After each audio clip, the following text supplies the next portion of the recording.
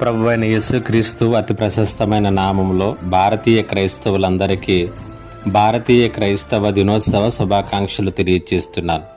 July 3న భారతీయ క్రైస్తవులు Indian Christian డేగా celebrate చేసుకుంటున్నారు. ఇది భారతీయులకు అందరికీ కూడా చాలా ప్రత్యేకమైనటువంటి దినముగాను, భారతీయ క్రైస్తవులముగా మనము గర్వించదగినటువంటి రోజుగాను మనం తప్పక గుర్తు చేసుకోవాలి. కారణం ఏంటంటే జూలై 3న భారతదేశమునకు యేసుక్రీస్తు ప్రభుల వారి శిష్యులలో ఒకడైనటువంటి తోమ భారతదేశానికి వచ్చి సువార్త ప్రకటించినటువంటి సమయంలో ఆయన హతసాక్షిగా మరణించినటువంటి దినాన ఇండియన్ క్రిస్టియన్ డేగా సెలబ్రేట్ చేసుకుంటూ ఉన్నాం. దీని గురించి మరికొంత వివరంగా తెలుసుకునే ప్రయత్నం చేద్దాం.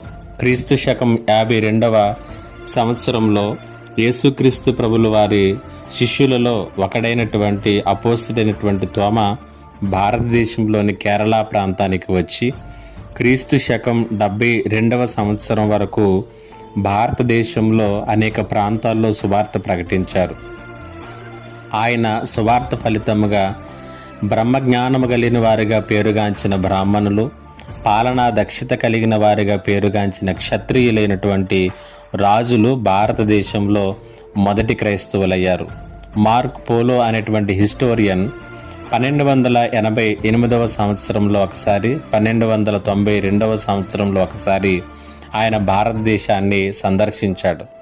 ఆయన భారతదేశాన్ని సందర్శించి చెప్పినటువంటి మాట ఏమిటంటే, భారతదేశాన్ని అప్పటికి పాలిస్తున్నటువంటి 7 రాజులలో 3 రాజులు క్రైస్తవులుగా ఉన్నారు అని తెలియచేశాడు.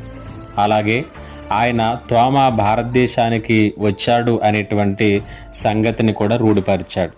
క్రీస్తు శకం 72వ సంవత్సరంలో జూలై 3వ తేదీన చెన్నై ప్రాంతంలో తోమ ప్రార్థన చేసుకొనుచుండగా కొందరు బల్లెములతో ఆయనపై దాడి చేసి ఆయనను పొడిచి చంపారు. అక్కడే తోమ సమాధి నేటికి కూడా ఉన్నది. ఆయన హతసాక్షిగా మరణించినటువంటి స్థలంలో ఒక చర్చి కూడా కట్టబడింది. 1955వ సంవత్సరం డిసెంబర్ 18వ తేదీన సెయింట్ థామస్ డేని ఢిల్లీలో సెలబ్రేట్ చేశారు.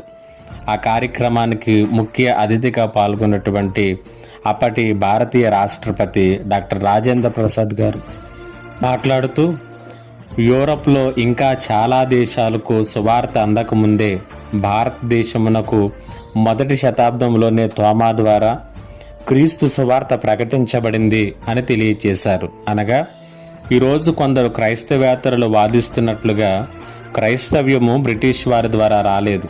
అది పాశ్చాత్య మతము ఎంత మాత్రమునో కూడా కాదు.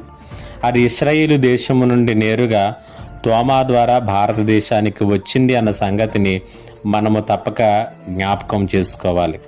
టెర్టులియన్ అనేటువంటి క్రైస్తవ చరిత్రకారుడు చెప్పినట్లుగా సంఘానికి పునాది హతసాక్షుల రక్తబిందువులే. అలా భారతదేశంలో హతసాక్షి అయినటువంటి అపోస్తుడైనటువంటి తోమా చిందించిన రక్తమే భారతీయ సంఘమునకు పునాది. ఆయన ఒక విత్తనములా విత్తబడ్డాడు. భారతదేశమంతటా కూడా క్రైస్తవ్యము వ్యాప్తి చెందింది. తోమా హతసాక్షి అయినటువంటి దినమును పురస్కరించుకుని ప్రతి సంవత్సరం జూలై 3వ తారీఖున ఇండియన్ క్రిస్టియన్ డేగా జరుపుకొనుటకు భారతీయ క్రైస్తవ సంఘాల యొక్క ప్రతినిధులందరూ కూడా 2021వ సంవత్సరంలో అధికారికంగా ఈ యొక్క తారీఖును నిర్ణయించారు. కాబట్టి ఈ దినము భారతీయ క్రైస్తవులమైనటువంటి మనకు పర్వదినం. రక్షణ సువార్తను భారతదేశమునకు అందించుటకు తోమాకు భారాన్ని ఇచ్చినటువంటి తోమాను బట్టి మనం దేవుణ్ణి ఎంతగానో స్తుతించాలి. అదే రీతిగా ఈ దినాన మనము సంఘాలుగా కూడుకొని భారతదేశం యొక్క రక్షణ కొరకు ప్రార్థన చేద్దాం. భారతదేశం యొక్క క్షేమము కొరకు ప్రార్థన చేద్దాం. క్రీస్తు ప్రేమను మన జీవితంలో నుండి క్రియలలో చూపిద్దాం.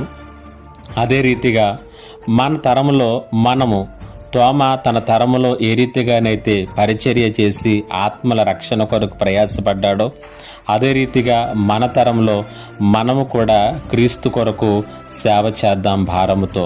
దేవుడు మిమ్ములను దీవించునుగాక, మన దేశాన్ని ఆశీర్వదించునుగాక. I wish you happy Indian Christian day. May God bless you. భారతీయ క్రైస్తవ్యమును గురించి మీ వలె అనేకులు తెలుసుకున్నట్లుగా ఈ వీడియోను వీలైనంత ఎక్కువ మందికి షేర్ చేయండి, లైక్ చేయండి, మా ఛానల్ని సబ్స్క్రైబ్ చేసుకోనండి.